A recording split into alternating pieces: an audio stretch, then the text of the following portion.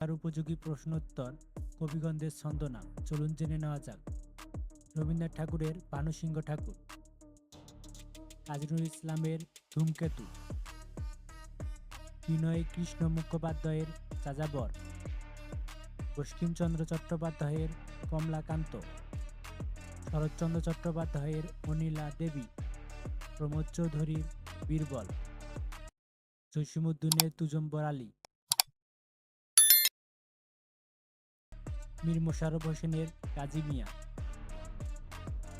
কালীপ্রসন্ন সিংহ হচ্ছে হুতুম পেঁচা, মাইকেল মধুসূদন দত্তের হেক্টর, ঈশ্বরচন্দ্র বিদ্যাসাগরের বীরসিংহ, মানিক বন্দ্যোপাধ্যায়ের অনিমেষ, বলাইচাঁদ মুখোপাধ্যায়ের বনফুল, সুনীল গঙ্গোপাধ্যায়ের নীললোহিত, সমরেশ বসুর কালকৌঠ, রাজশেখর বসুর পরশুরাম।